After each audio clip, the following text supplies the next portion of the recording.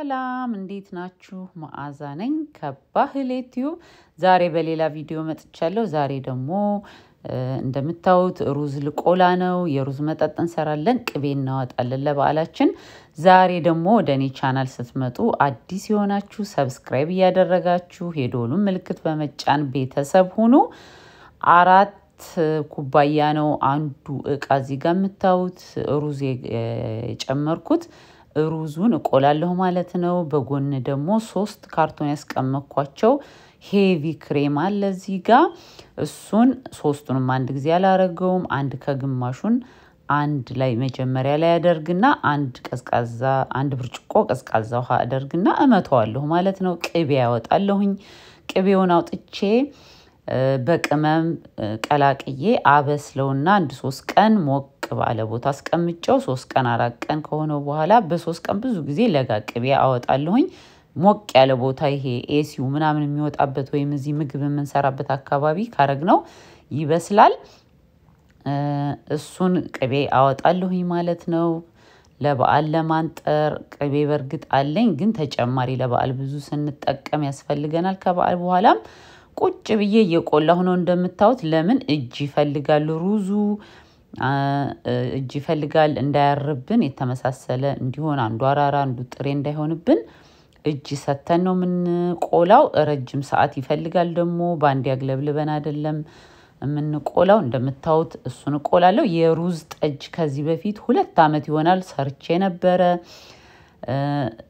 የሩዝ ጠጅ ሰርቼ እንግዲህ የሩዝ ጠጁን ስሰራ ኮሜንት ላይ እንዳየሁት ይሄ ነገር እኛ አናቀውም ነበር እንጂ እኔ እንግዲህ ይሄን ነገር ካወቁት 4 አመት ይሆነኛል። ኢትዮጵያ ነው ያው ማቀ የነበረው የሩዙን ጠጅ እና የዛሬ 2 አመት አካባቢ አሳይቻችኋለሁ የሩዝ ጠጅና ኮሜንት ላይ ባየሁት ከሆነ ብትመለሱና ብታውትም አሁንም አለ የአስመራ ውስጥ የተለመደ እንደሆነ ነው እዛ ላይ ኮሜንት ላይ ያየሁትና ኃይለኛ ነው ተጠንቀቁ። የሩዝ መጠጥ ምናምን ማለት ኃይል አለው፣ በጣም ይፈላል፣ ኃይል አለው እና 5 ቀን ብቻ ነው እኔ አሁን አድርጌ ጠጁንም የሰራሁት። ይሄንን ደግሞ ጠቆር ብሎ የጠላ ከለር ያለው የጠላ አምሮታችንን ለማውጣት ያኛው ስራው ከባድ ነው።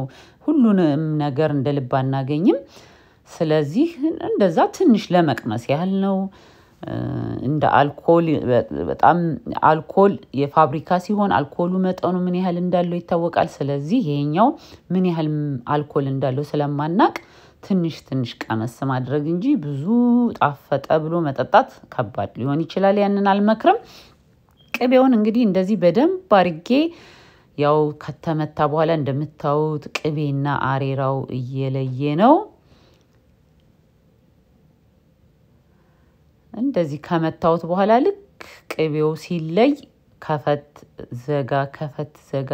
ዘጋ ያረግን ኃይሉን እንቀንሰዋለን።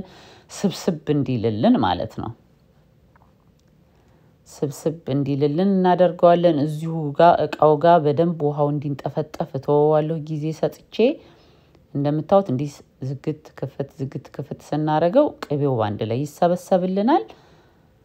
ቶሎ እንዲበስልልኝ እኔ አሁን ላይ ብዙ አልጨምቀውም ውሃውን። እዚሁ ጋር ግን በደንብ አንጠፈጥፈዋለሁ። በደንብ ፍርፍር እስኪል ድርቅ እስኪል አደርገዋለሁ። እዚህ ታች ላይ ያለውን ያኛውን ካነሳው በኋላ ከእንደገና አረጋዋለሁ። ከዛ የሚቀጥለውን በዚሁ ባሬራው እመተዋለሁ ማለት ነው። አሬራውን ደግሞ አልደፋውም፣ ዳቦ ጋግርበታለሁ ማለት ነው።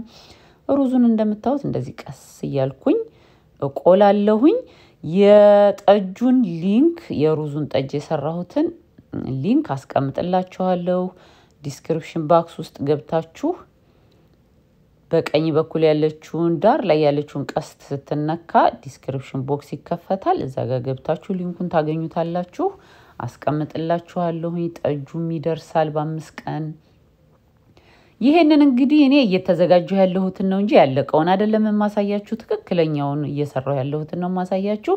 ስለዚህ አልቆ አይደለም ማሳያችሁ። ከዚህ በኋላ ምንም ስራ የለውም። ከተቆላ በኋላ በደንብ ከተንጠፈጠፈ በኋላ ቅቤውን እንደዚህ ወደ ቃላ ያደርግና ደግሞ ሁለተኛውን አደርጋለሁ ማለት ነው። ኢትዮጵያ ውስጥ ይሄ ሄቪ ክሬም ትልልቅ ሱፐርማርኬቶች ብታው አይጠፋም ብያስባለሁኝ። ስለዚህ ማውጣት ትችላላችሁ የምትፈልጉ ካላችሁ። ለፀጉራችን ቅቤም ይሄንን ነው የምንጠቀመው ለፀጉር ማውጣት የሚፈልግም ሰው እንደዚሁ ማውጣት ነው ማለት ነው ከዚህ በፊትም እኔ ሰርቻለሁ በደንብ አንጉሬም ብዬ ማጠብ ግን አልፈልግም ማንጉር ምናምን አሁን ምንም ቆሻሻ የለውም ማብሰል ብቻ ነው የምፈልገው አሁን ላይ ስለዚህ ሩዙን ማደርገው ምንድነው አርብ ላይ እኔ በዓለም ማከብረው ይውት በደንብ እስኪን ተፈጠፍ ጠብቄዋለሁ ማለት ነው አሁን አርብ ላይ ስለሆነ በዓለም ማከብረው ሐሙስ በየቀኑ አማስለዋለሁኝ አንድ አሁን ይሄንን ከሰራው በኋላ ቢራ አንድ ቢራ ጨምርበታለሁ ያው አብረና ያለን አሁን ከቀዘቀዘ በኋላ ክድና አድርጌ ካስቀመጥኩት በኋላ ዛሬ ላይ ከጨረስነው በኋላ በየቀኑ ማማሰል ይፈልጋል ከዛ ሐሙስ ላይ ትንሽ ማር ትንሽ አርጌ በእቃ አደርጋለሁ በሌላ እቃ አጥልዬ ማለት ነው ከሩዙ ጋር አለያይቼ ከዛ አርብ ላይ መጠጣት ነው ማለት ነው በቃ እንደዛ ነው ማረጋው እንደምታውት ቅቤውን ሁለተኛውንም ካወጣው በኋላ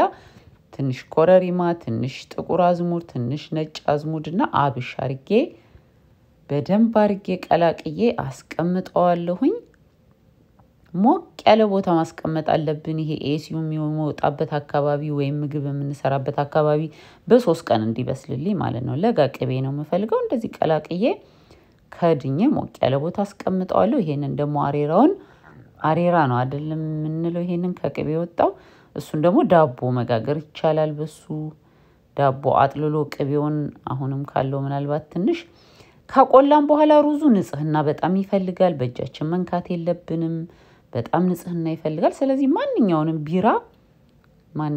ቢራ እንደዚህ መጨመር እንችላለን ማለት ነው